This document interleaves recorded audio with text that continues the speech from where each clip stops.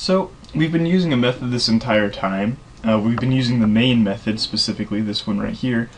But if you just keep putting a huge amount of code in here saying, hey, I want to call this at this point and this at this point, you'll see that you're going to start using the same code a lot. If we have to keep saying for blah blah code, and then below that, lines later, we again say for blah blah code, we're like, wait a second, we have the same code in two places. Why don't we just put it in one place and then call it every time we need it? Well, that's what a method's for. So instead of making one giant main method, we're going to make our own. And it's all going to follow the same format. Public static void main string args is the same basic format for every method. This is called the signature of the method because it's unique to each method inside of the class. Public says that anyone can access this method. Static says that it's specific to that instance. We're going to talk about this in a later video because static is very complex. Void says that we're not returning a value, so once you use the main method, you're not going to assign it to a variable because there's not going to be a value from it. Main is the name of it, and string args right here is just saying you have to supply us a array of strings in order to run this. However, the main method is a little special in that this is always the first method called when you create a class. So when we run Java, this is always the method that's been called because it's what Java looks for. However, we're going to make some methods that aren't called unless we tell them to be called. And we'll just get started with that now. So let's make a couple lines below this end right brace here and just start making our own method. We're going to make one that adds two numbers together, something pretty simple. We're going to make this private instead of public, and what that does is mean only our class can use this method. None of the other classes can. Why would you want to do this? What's the point of that? If it's private, it means to tell other people, hey, this is something that you shouldn't have access to in other classes. You don't need access to it, and if you were able to do it, it might break something. In this case, it's not going to break anything, but it's good for you guys to kind of see if there's other things rather than just public. Because we're going to be calling it in the main method, it has to be static. Otherwise, you're going to get an error that says you're making a static call to a non-static method, and that's not allowed. That's no-no. Next, we're going to say int, just saying we're going to have a private method. It's static, so it's specific to this instance, and it returns an integer. And that's basically it. So what do we want to call it? Well, you can call it anything you want. You could call this Microsoft, Apple, Linux. You could call this a name after yourself. Doesn't matter.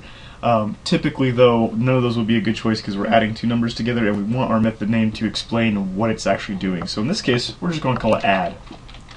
The rules for making a method name are the same as variables. You can't start with a number. And then you can't have certain special characters. For example, we can't say add plus or AD plus df.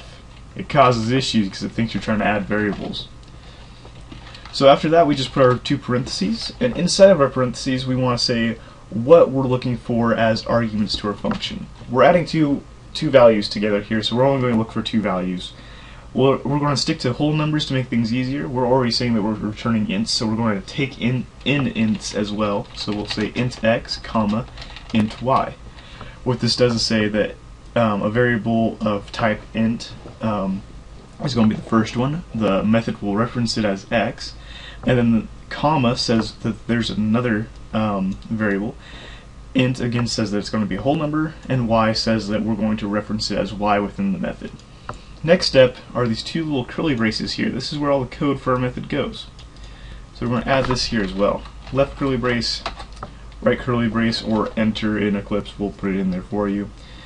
And you'll see right away we get this little red line saying this method must return a result of type int.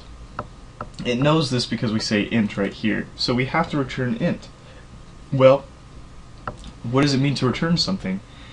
There's actually a key word in Java called return, and after you say return, you just give it a space in the variable name and it will return that value, of course followed by a semicolon, and that will fix our error. So we're going to just create a variable here, int z, and then below say return z. This should get rid of our error, and now we have one here saying z may not have been initialized, and you can't return a value that has nothing there. That'll cause issues. So let's actually assign a value to z. Here we're going to say z is equal to x plus y. Boom. And now our error's gone. However, you may have noticed there's a little warning here, and it says the method add int from the type YouTube is never used locally. This is just fancy wording for those English speakers that mean because you have it set private here, it doesn't make sense for you not to use it somewhere in this class. So it's going to tell you, hey, you're not using this, but you made it private, which means everything you just did was completely pointless because it's never going to come up anywhere in the code. So what you do is we're going to use it up here in our main method.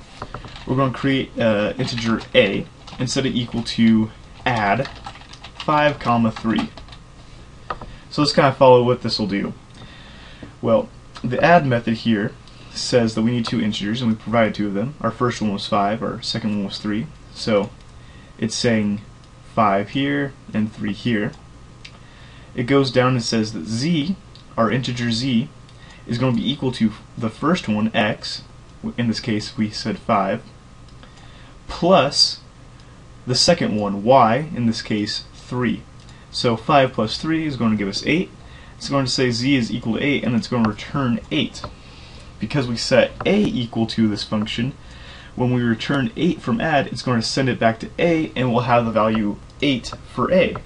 So let's just make a little system.out.println and have a there. Now when we run our file, we get a down here at the bottom. So let me adjust this a little bit. There we go. And there you go. You see that we have 8 right there as our output.